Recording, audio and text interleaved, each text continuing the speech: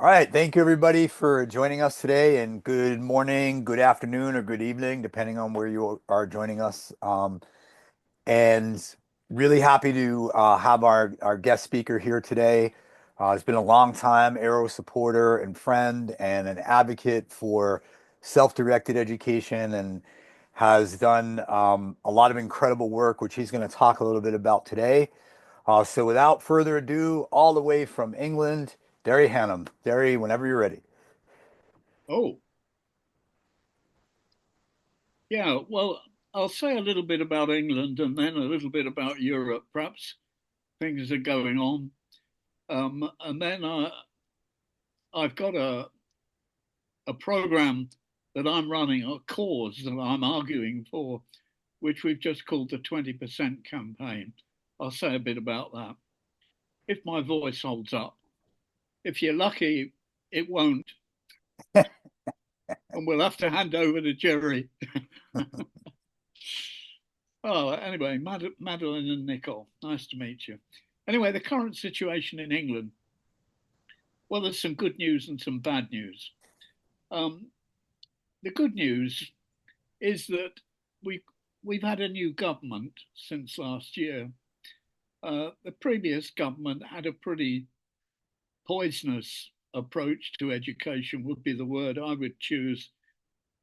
It created situations in schools which were quite toxic for kids and for teachers. So the new government was welcome, and we all had high hopes, especially for those of us who want to bring about change in the state system.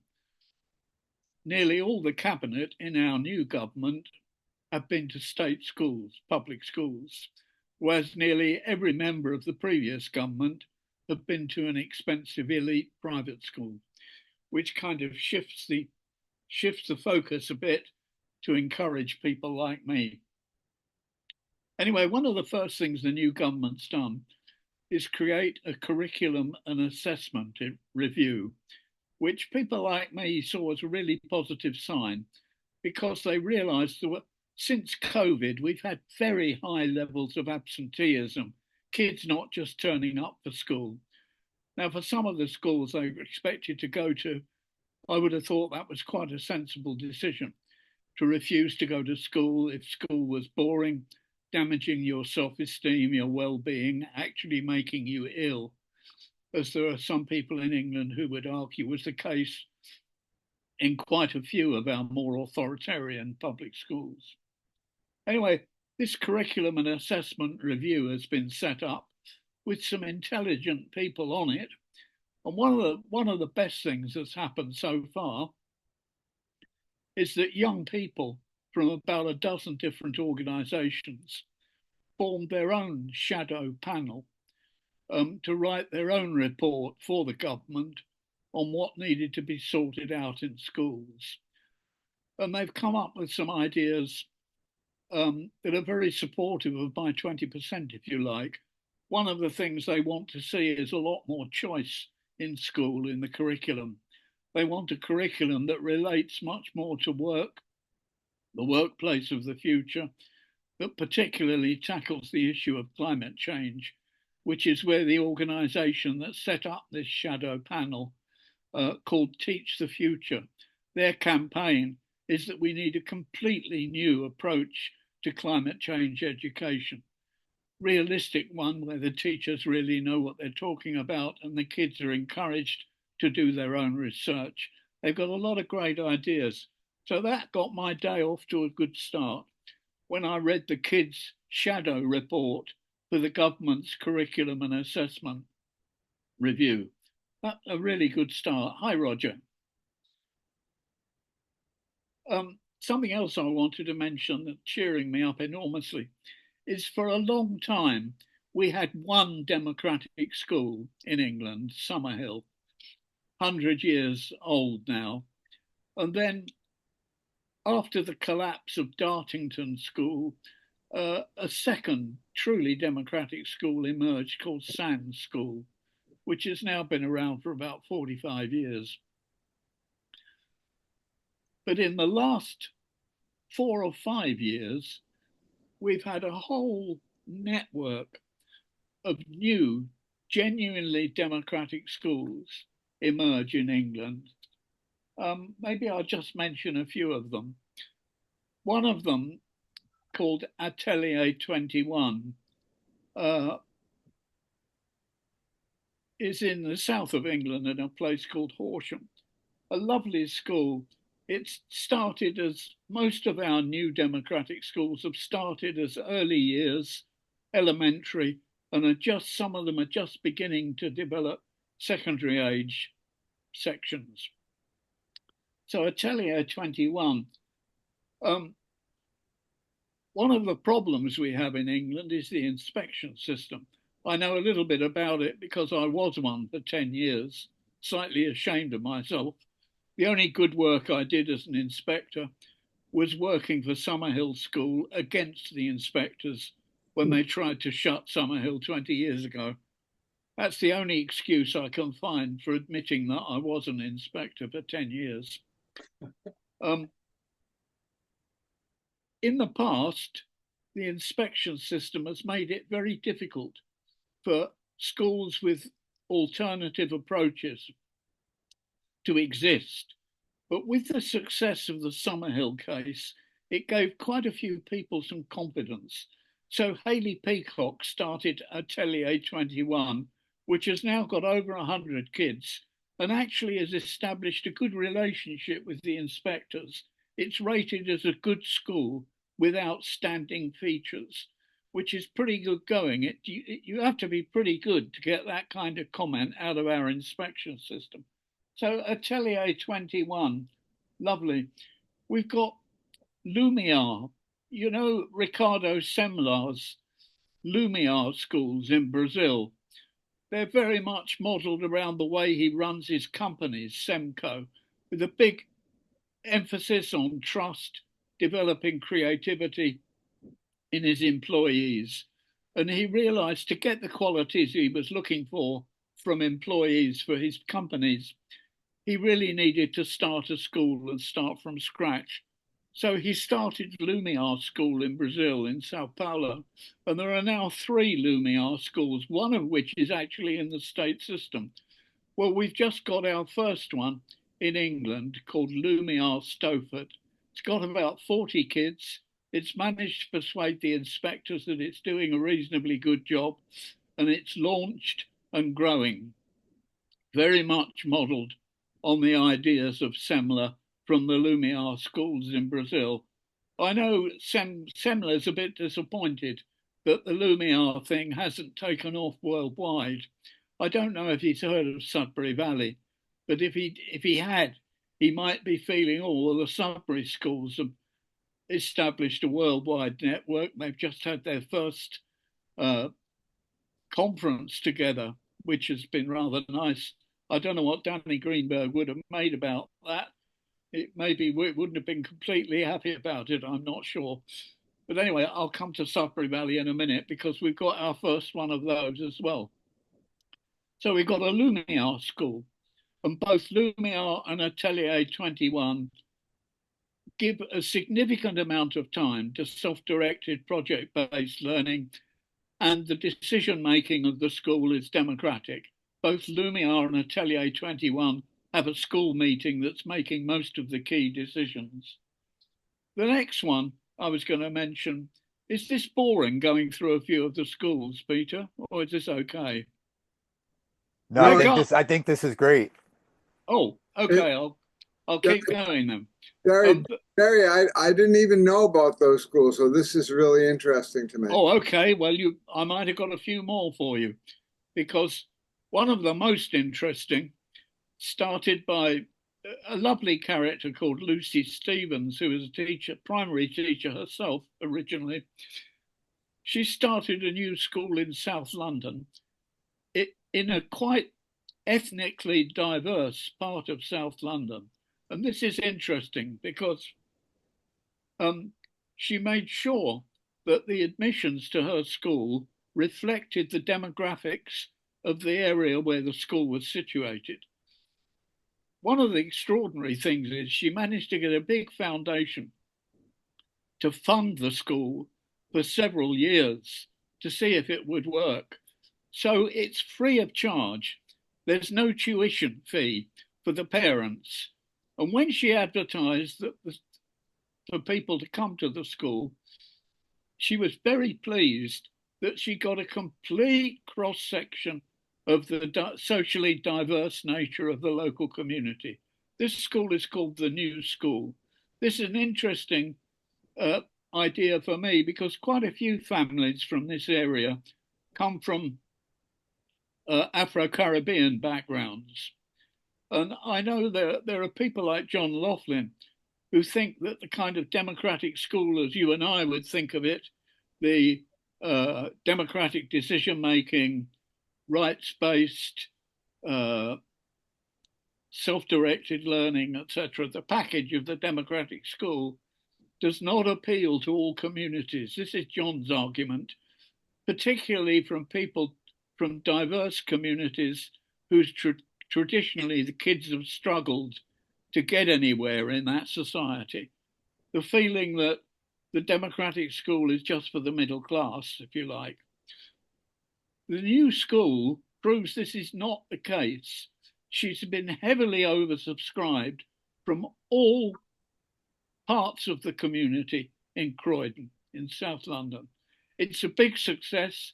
The inspectors like it.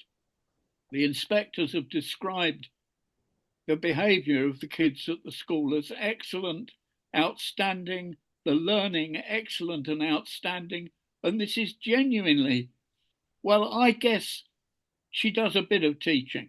The teachers are a little bit directive some of the time, but probably at least 50% of curriculum time is self-directed. It's a big success. So that's the New School. I don't know if you'd heard of that one, Jerry. No, but and by the way, of course, Yeah. there's a lot of schools in the United States that have low-income kids, like Brooklyn Free School and the New School, and Albany Free School. Okay, that's true. And I've been to two of those, so I know what you're saying is absolutely true.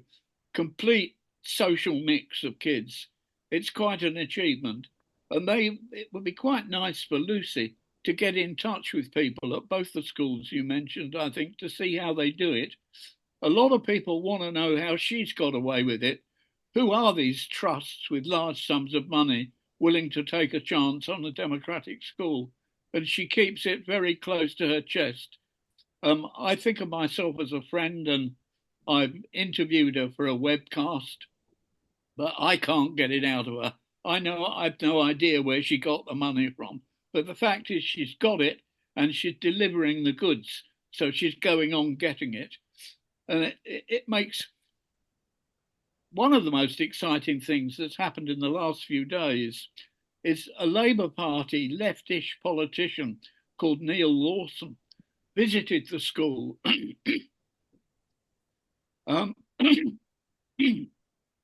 Excuse me, and wrote an incredibly supportive report saying this should be the model for the future for all state schools and that the state should come up with the money to fund schools like this. His name is Neil Lawson. So that Lucy Stevens School is a public school? I mean, a state school? No, Lucy's school is private, but free, but with no tuition. Okay. She felt she wouldn't be able to do what she wanted to if she became a state school. But now people are beginning to see how successful it is and saying that the states should fund some schools modelled in this kind of way. Next, I was going to mention our first Sudbury school in Europe, in England. It's called East Kent Sudbury. Once it called itself East Kent Sudbury School, but no more, because if you call yourself a school in England, if you are offering full-time education and you call yourself a school, you're liable to be inspected by the official inspection system, Ofsted. And there are some people who want to start new ventures who don't want Ofsted anywhere near them. And I've got some sympathy with that. There are two in particular. East Kent Sudbury took the word school off its name in order to avoid the inspection system. But the trouble is, if you offer full-time education, the inspectors are going to come anyway, whether you call yourself a school or not. The definition of full-time education is a bit vague in England legally, but most people reckon it's about 18 hours a week. So if you're open for 3 days at 6 hours, that's it. If you stay any more, you become full-time and are liable to inspection. In the United States, what they try to do is use the homeschool laws to get around that. Well, I'll come to homeschool in a minute when I get to the bad news. I'm still on the good news, Jerry. And East Kent Sudbury is not a school, technically. Another one of our self-directed learning centres is called the College for Self-Managed Learning, run by Ian Cunningham, who some of you will know. Ian also wants to keep clear of Ofsted. That's why he calls himself a college, not a school. Also, they try and keep the hours down so they sort of fit within the 18 hours. But then he has extracurricular activities, and you can't tell the difference between extracurricular and curricular. It's all pretty seamless, trying to get round the hours rule. We've got another lovely school called the Da Vinci Learning Schools. And I'm interested, I think your next webinar is with Zach Renizcek. That is correct. And Zach is one of the founders of, it's called Biophilic Education. Yeah. I'm very proud to be a member of the advisory board, though I don't give much advice, of Rosina Dorelli, who is Zach's colleague in creating biophilic education. Basically, the kids do projects in 4 areas, and then they have a self-directed project for 1 day a week, which suits me. That's 20%. They're actually doing it. And I won't say any more about biophilic education if you've got Zach on next week, because he's the expert. But it's very, very interesting curriculum development. I've mentioned Sand School. Perhaps I'll stop there. But anyway, that was the good news. Quite a few new schools. The ones that have allowed themselves to be called schools are doing okay, even with the worst of our inspectors.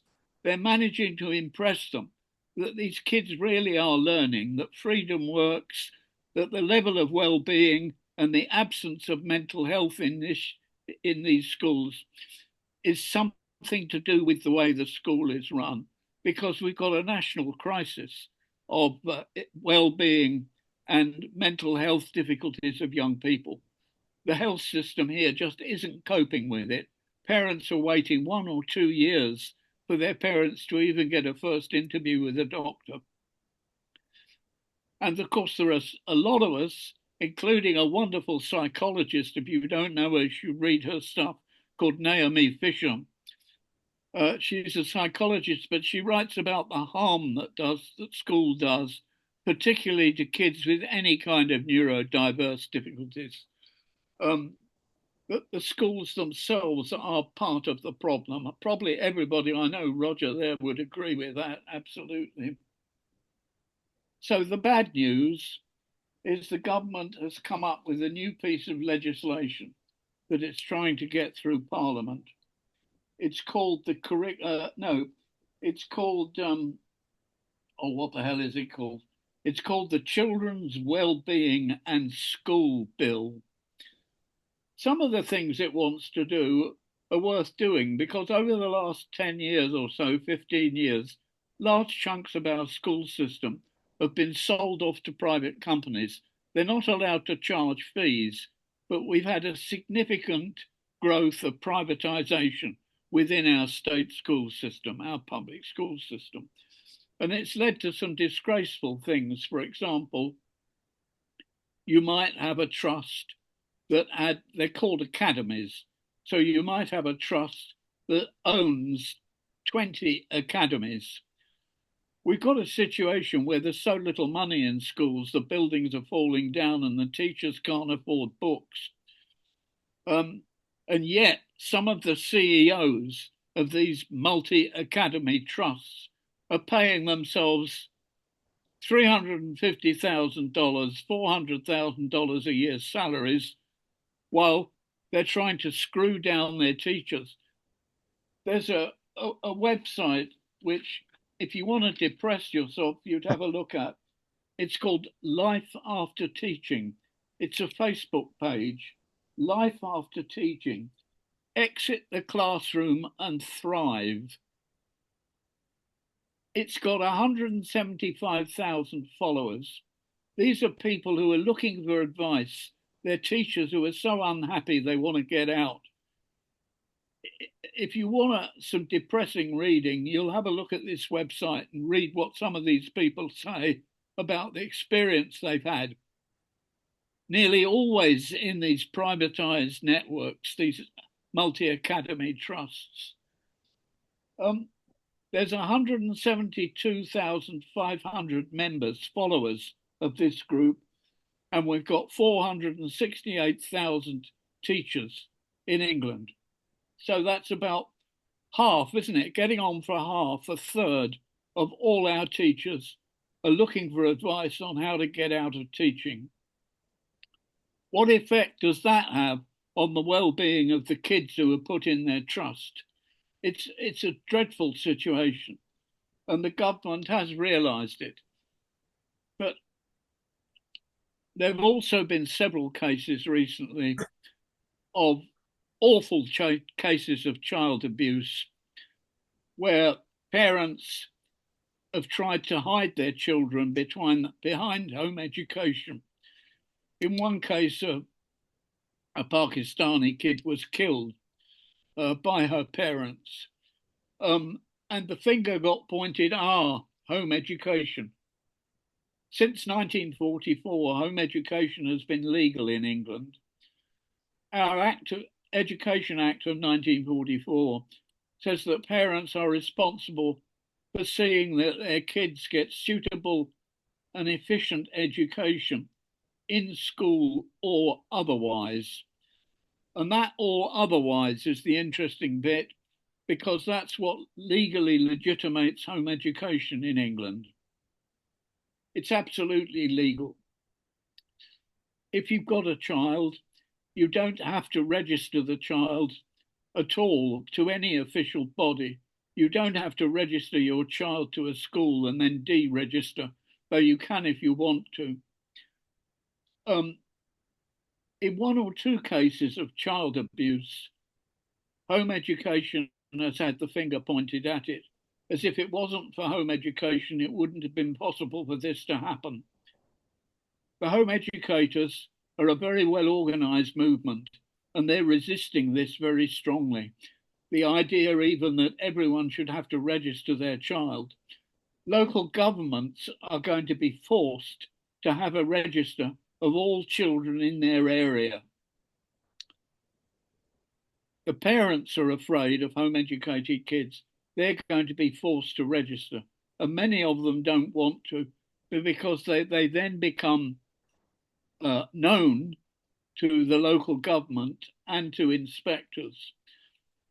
And we've got such a variety, you know what it's like in the States, such a variety of approaches to home education. Some it is almost like school at home, but in other cases you've got travelling families, you've got unschooling families, and they don't want the officials anywhere near them. There's been a piece of research just in the last few weeks about the attitudes to the suggestion that all kids should have to be registered, whether they're home educated or in school. 96% of local government officers think that registration should be compulsory. 88% of home educators, and more interestingly, their kids, think it would be a disaster. One of the arguments is that if the local government can inspect, can check that families are doing a good job, one of the proposals in the bill is that every adult who's involved in the home education of the child needs to be listed and declared to the local government. And some home educators say, well, that just shows how little you know about home education, how home education works, because my kid might talk to 25 people during a day, including the bus conductor. Have we got to put the bus conductor's name down on the official approved list for the local authority? It's leading to kind of uproar in the home education community. They're all writing to their members of parliament, and they've got one or two friends in our House of Lords. So I think that this will never actually completely happen.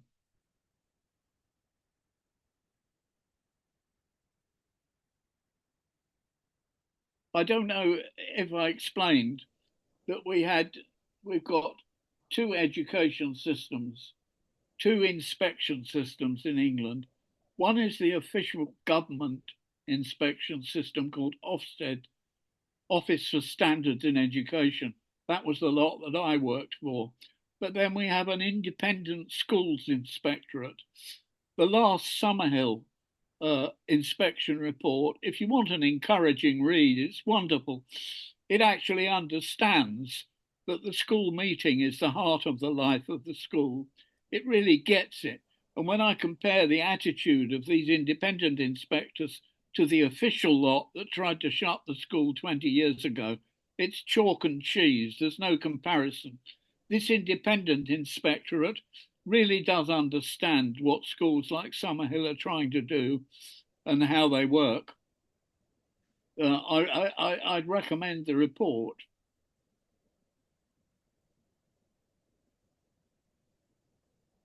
About home education, I'll tell you a little story. Last time the government tried to close down home education or restrict it or make it much more inspected was in 2010. Funnily enough, this was when the Labour Party lost the general election. But the home educated movement has a festival once a year called HESFest, Home Education Festival. Hundreds of families turn up and camp in a park somewhere and just have fun together. Well, last time the government tried to close down home education, it was the time of the HESFest, and I and a couple of others thought, I know, a good way of fighting the government would be to get a young people's organisation going. So we walked around the campsite and said, anyone interested? 2:30 at the marquee, we're going to talk about having a home educated kids youth council. And I didn't know whether anyone would turn up or not. It was just me and a couple of kids. 70 kids turned up, and they elected a chair, they elected a secretary, and I suggested to them, and it might be a good idea, to elect a press officer if anyone was willing to talk to local newspapers as part of their campaign against what the government was doing. Anyway, they formed this thing called HACY, Home Educated Youth Council. And they wrote to the government and said, we'd like to come and talk to you about your plans for home education because we think they're stupid. And to my amazement, the government or some senior civil servant invited them to the Ministry of Education office in London. Some of these kids had never been out of Brighton, had never been out of their own town before. Anyway, they saved up their money and they got the train to London. And they went to the Department for Education. When they got there, they were told, oh, we're terribly sorry, but the civil servant who is going to talk to you is not very well, so we've cancelled the meeting. And the kids said, bloody hell, how can you do that? We've just travelled 100 miles and spent all our pocket money to get here, and you're telling us we can't talk to you. They all sat down in the entrance to the ministry and refused to move until somebody came to talk to them. Security were called, and just as they started chucking the kids out, the press officer had phoned 3 newspapers to tell them what was going on. And just as security were throwing the kids out, newspaper reporters and photographers turned up and started taking photographs. But these kids, suddenly, the senior civil servant changed his mind, and the kids did get an hour explaining their point of view. But it just shows they'd done an interesting bit of citizenship learning. I love that story because one of my grandchildren was involved, and he loves telling the story about the day the bigwigs were forced to listen by a bunch of home-educated kids. Anyway, the kids made a big impression on these civil servants, and later they were summoned to Parliament to explain why home education was a good idea for them. Quite a few of them were extremely intelligent kids. Perhaps some of them were a bit autistic, but they explained what home education was all about brilliantly. And the government gave up, basically. When the new government came in, the Conservatives took over. They were much more sympathetic to home education. So last time Labour tried to control home education, they were fundamentally defeated by the kids. And so I'm encouraging a lot of young home-educated kids now to get themselves organised to stand up to what the government is trying to do in this new bill.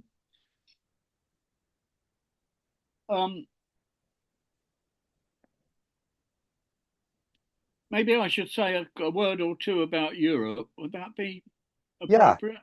yeah, sure. Okay. Well, you know, we've got an organisation in Europe called UDEC. It's different to IDEC, those of you who know about the DECs. UDEC is an organisation with an office and a budget, and now some very, very, very good staff. We've got a kind of secretariat in UDEC, and it's proving to be brilliant. It's been working closely with another European organisation called Quest, Quality Education in Europe. Quest have been doing some wonderful work. Martina Paone and Mia Schmallenberg understand how the money systems work in Europe, how you can get large sums of money from the European Union for research and development projects. They've just been running a project called DESK. And what they did, they got democratic schools from 4 countries to make a relationship with a public school in their area. And this happened in Italy, in Spain, in Belgium, and in Estonia. The 4 democratic schools and the 4 public schools all met together, and the idea was, to what extent is it possible to bridge the gap? To what extent is it possible for the democratic school methodologies and pedagogies to be transferred into the public schools? It was a very interesting idea, DESC, with a Spanish university providing kind of academic overview and research skills. And they produced a report. If you Google DESC Quest project, you'll find it. There's another exciting international project developing in Europe called the Lab Schools Europe project. This is also with EU money. These are universities that have got laboratory schools, like Dewey's job in Chicago all those years ago, where you've got a lab school. And it started from one German university at Bielefeld, which has a genuinely democratic student-run school as part of the education department called the Laborschule, the laboratory school. And they've created a network in Austria, in Spain, of other universities that have got laboratory schools. And they've just written a European report called the Lab Schools Europe report. Mike Wyman, who some of you will know from the Netzwerkschule in Berlin, great democratic school. Mike Wyman's written a chapter on democratic education for the book that this project has just produced. It's called Lab Schools Europe. Another lovely European project has been Charlie Moreno Romero's project in Estonia, in Tallinn, where he was able to persuade the head of a big public secondary school, the Tallinn Arts Gymnasium, I think about 1,200 kids, to start a school within a school where parents can choose if they want their kids to go to a much more democratic, participative part of the school. And it attracted about 65 kids. And Charlie has been running it for the last 5 years. I think it's a wonderful project. And they made a film, Quest in Brussels, have made a film about Charlie's school. I gave them the idea for the title. It's called Pioneer of Possibility, just showing what can be done with a bit of imagination. And this school is lovely, and the film is lovely because there's quite a long interview with the head teacher on what she thought she was doing in creating this school. She thought she was creating a democratic branch, she calls it, so that kids who were struggling in mainstream school could learn to function better and then transfer to mainstream school when they've been cured, if you like. So her understanding of what was going on was a bit different to Charlie's. And of course, his idea was that his ideas would spread right through the mainstream school and take over the whole thing. So they slightly, well, I won't say they misunderstood each other. I like the head teacher very much. And she explains in the film.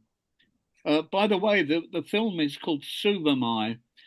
I don't know if you know any Estonian, but Suvamai is the Estonian word for summer hill. And that's not a coincidence. So Charlie created a little democratic summer hill within a big state school in Estonia. I love that. Does Charlie still run his regular school and that school? Does he do both? No, he never did run a regular school. Oh. He's an academic, really. He's got a doctorate in democratic education, and he writes a lot. This was his first experience of actually being in charge of a school, Jerry. So he didn't actually have a school in Estonia. No. Estonia is involved in the DESC project, but that's a completely different school.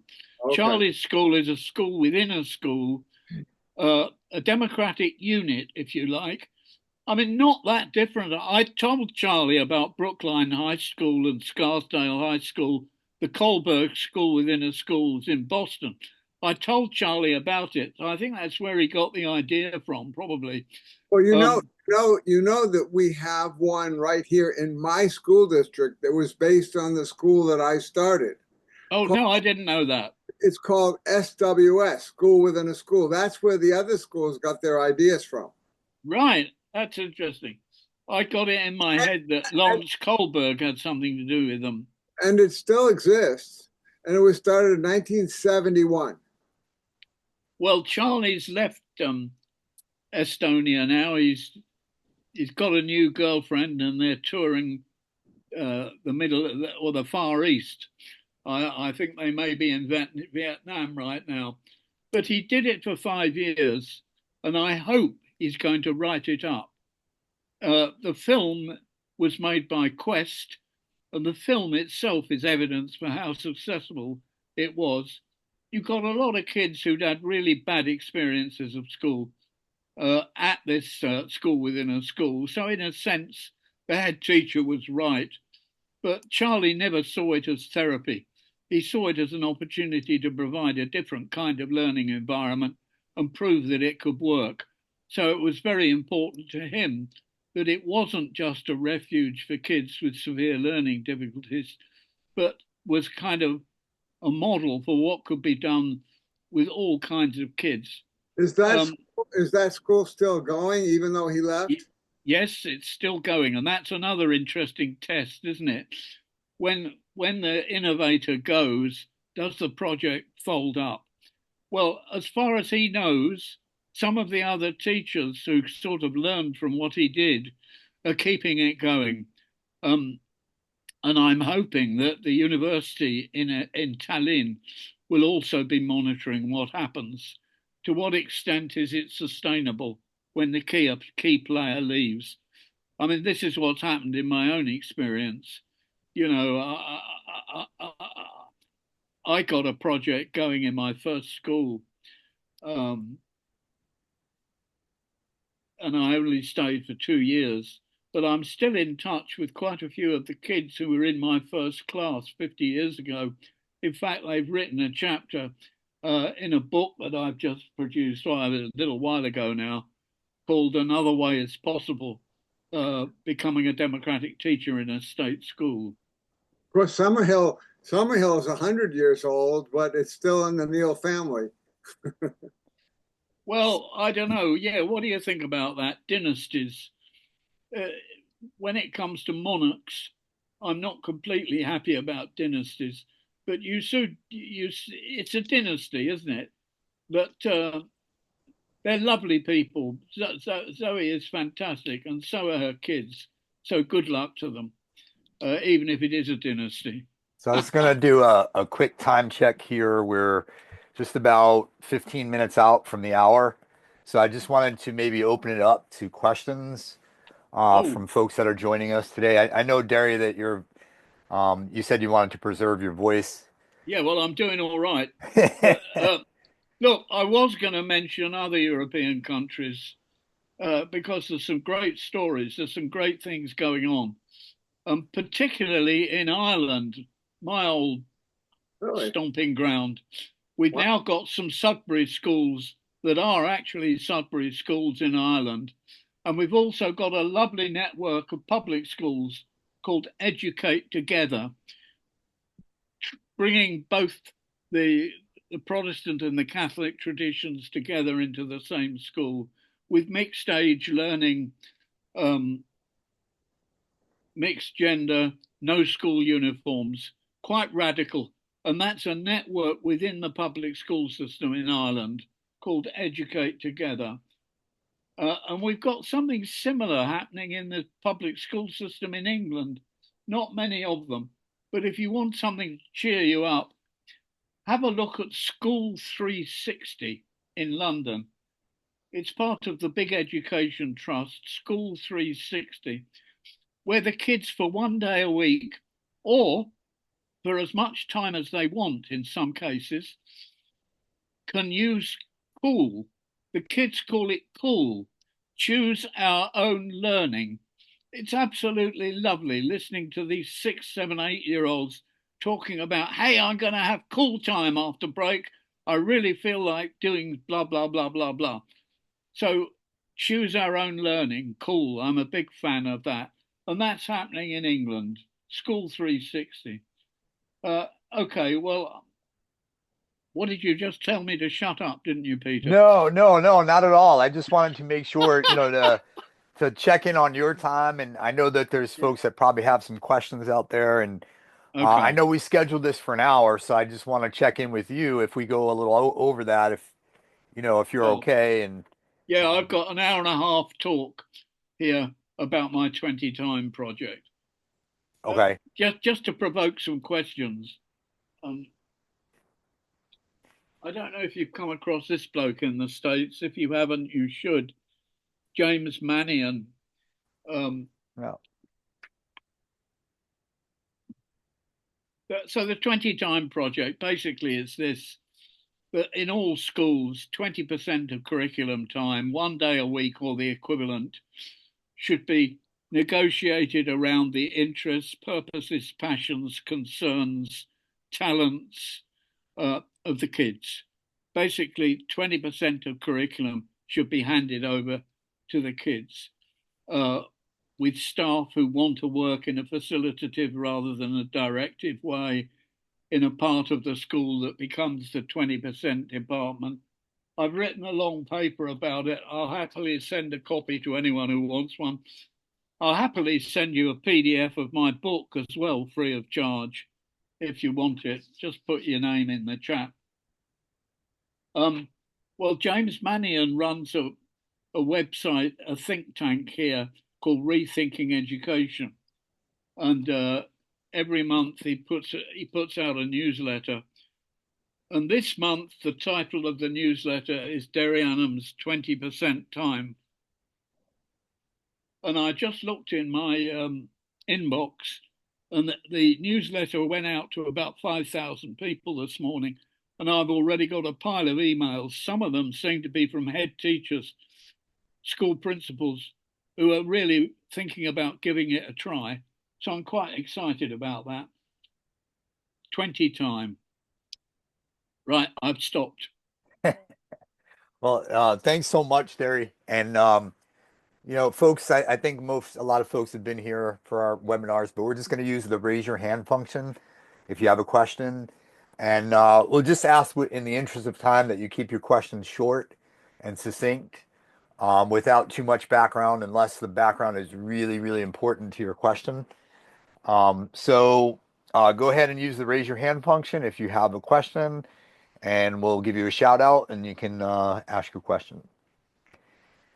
So actually, as we're waiting, Derry, I have a question. So it's interesting you were talking about how some inspectors, right, from Ofsted seem to be a little more open, right, to some of these alternative things that are happening.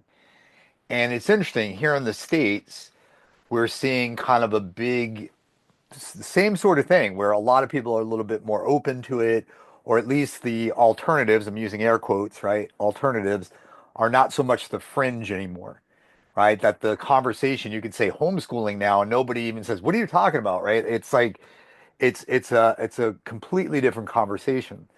So I'm just wondering if you're seeing kind of a similar thing there in England where people are becoming more open to these conversations. And even though you talked about the legislation that's happening on the other end, right, that's making things maybe a little more difficult than it should be.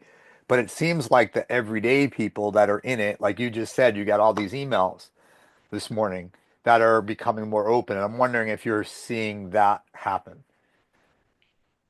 That's a very interesting thought. I was very encouraged by an article in the New York Times a few weeks ago, January the 2nd, I think, by Rebecca Winthorpe and Jenny Anderson, who've written a book called Disengaged Teens. Have you seen it? Do you know it? Yes. Really, really interesting book. They divide kids into four types. They say there's resistors who do their best to obstruct learning. There's passengers who just float along but don't make any real commitments and don't get excited about anything. There's achievers, desperately over anxious to always get 101% in every test, who often suffer the worst in terms of mental health issues and lack of well being. And then there's a group which they absolutely back called the Explorers. And in their book, I guess they've all read their Dechi and Ryans, and they all know their self-determination theory, because they're arguing for schools that develop autonomy, competence, and relatedness, all the things that we think are important, and all the things that probably we've all tried to do in our practice. And I think it's significant, Peter, that the New York Times is carrying a guest essay with all this stuff in it. Would that have happened 5 years ago? I mean, I really hope. I think I think what's her name, Winthrop. I think she works for the Brookings Institute, and I Mhm. know this kind of Yeah. thinking is going on there. And then I think Jenny Anderson is just a journalist interested in education. And we've got one or two of those here in England as well, who are doing good work making films about innovative practice in one or two of our public schools. Madeline Holt worked for Channel 4 here and BBC Two. She's made a wonderful film about the XP school in Doncaster in the north of England, which is trying to introduce self directed learning in a democratic and rights respecting context into a public school. I hope you're right. Wouldn't it be wonderful if you were right? I tell you what, when I publicise this 20% idea, people nearly always say to me, well, that's so obvious, it's a no brainer. Why do you think it's worth talking about? Well, I talk about it because it doesn't happen, basically. As soon as it starts happening, I'll stop talking about it. But in the meantime, it's worth taking the risk of being boring because it is a no brainer, isn't it? If we've got unhappy kids and the kids are saying nobody listens to us, no one takes any notice of what's important to us, then for God's sake, you should start doing something about it. I think you're right. I think we've got the crisis of mental health and school absenteeism on the one hand, and we've got the realization that something's got to be done about it on the other. I hope you're right, Peter. Yeah, thanks. One quick thing, and I know Jerry has his hand up. I was talking to a woman yesterday who works with an organization here in the States called the Yes Every Kid, and she was talking about, and they work a lot on the legality of like helping micro schools with the legality of all the local systems. And one thing that she said that really struck me was that so many people that she talks to do not respect the rights of the child. Like the rights of the child are almost in the background, and they're trying to do really good work, right? The people are well-meaning, but they're not even coming to the conversation in that. Anyway, I know Jerry has his hand up, so Jerry, go ahead. I was just going to mention, I see Richard's here, um, the right centric education movement that seems to be growing quite quickly. The idea that the Convention on the Rights of the Child, for example, has been there for sort of 35 years. Maybe we should take some notice of it and start implementing it in the way we run our schools, giving kids the right to be heard, the right of assembly, the right of belief, etc., etc. We've got the models, but we need to put them into practice. Sorry, Jerry, were you? Okay, so um, it sounds to me like we should show those films at the Aero conference in June. Uh, could you send me information about how to get a hold of them? Yeah, if you Google Quest, Jerry, Quest Suvermise School, you'll find their film. It's on YouTube. You can download it for yourself. I, Really? I think, Jerry, I want to say either Charlie or Mia had sent that to us, and I think we had put it in our newsletter because I think it came out in 2023, if I'm not mistaken. Um, No, it was last year, I'm Peter. not, I'm sorry, 2024. Sorry. Sorry. I'm still thinking in 2024 terms. Maybe, maybe you can follow up on that and see if we can get those films and show them at our conference. Yeah, definitely. It'd be a great idea. Yeah. Suvamae is Suvemae. Yeah. I think if you Google it, you'll find it now. The other thing I wanted to say is this is not relevant to this at all, but I'm curious. Has there been any follow up, Derry, to what have happened to the kids that were at Summerhill when they were under attack in the 90s? Some of them picked up on that and become leaders in some way and that sort of thing? I don't know. You'll have to ask Zoe. Good She'd question. love she'd love to tell you if she knows. Okay. And Carlo, I see you have your hand up, so go ahead whenever you're ready. I, I'm just wondering if you could say something about transitioning then into post-secondary or into universities and colleges in the UK. My daughter goes to UCL London Oh, Law School. That was the first And one I was going to mention. okay, so I'm interested in hearing what happens when uh, these students within the alternative approaches apply Yes. to post-secondary. Well, one of the best places in the country for finding academics who would know something about alternatives is the Institute of Education, which is part of UCL.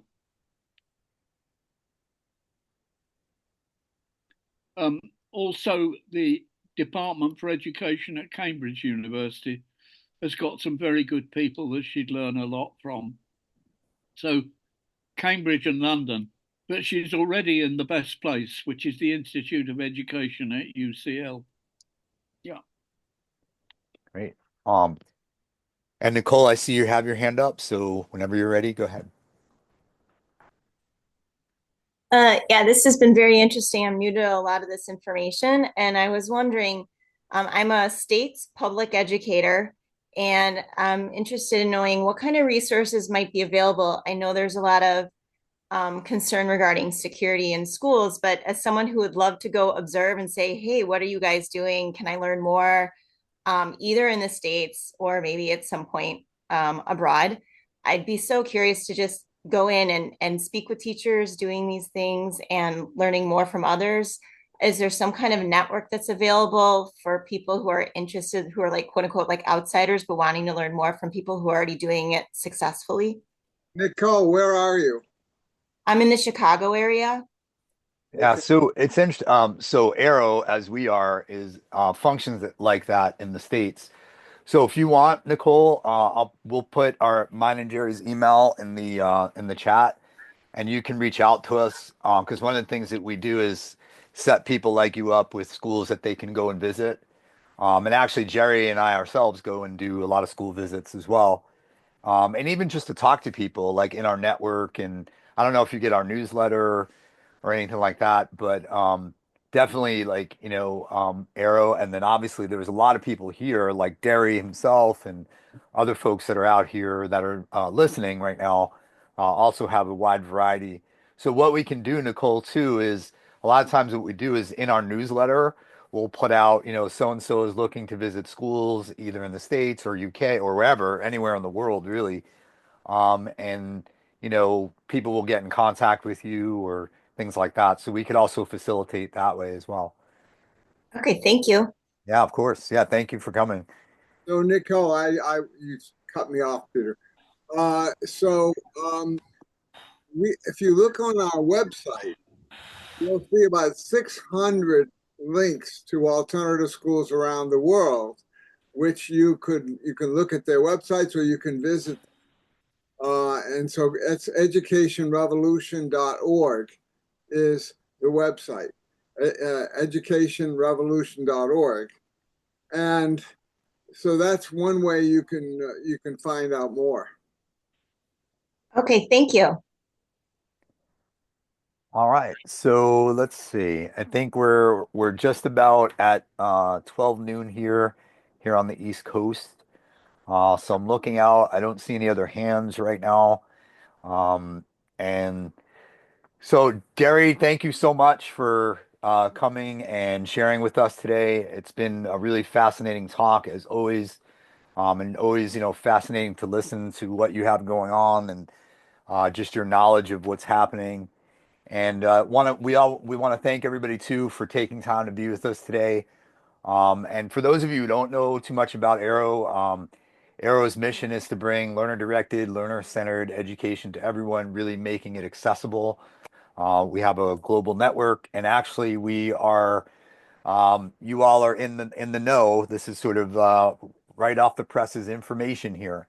So this year, we are going to be doing our conference in New Hampshire. And for the Canadians in the room, I just want to throw out that it's only about an 8-hour drive from Toronto. Not suggesting anybody out there is from the area, but just saying if you might be, just so you know, it's actually about an 8-hour drive from Canada. So from Toronto anyway, and actually about 4 hours from Montreal. And soon, Anyway, so soon I'm you'll not. have. And there are planes from England too that come here, so so that always works too. So that'll be actually June 27th to the 29th, and that'll be at St. Anselm College in Manchester, New Hampshire. And you'll be seeing a lot more information about that. We're going to put something special out this week, this coming week, I should say, either Monday or Tuesday. You'll see a lot more about that. But as always, I know a lot of you have Derry's contact information. I believe he put it in the chat as well. Yeah, I see it there. So always feel free to reach out to us or Derry for any further information you might want or just a chat or anything like that. Derry, any final words before we say goodbye and see you next time? You can't talk about democratic education without mentioning Yakov Hecht. So I'll just mention my mate Yakov. We first came up with this 20% idea when we were planning for a big Council of Europe event. Every year they have a democracy conference, and in 2016 it was democracy through education.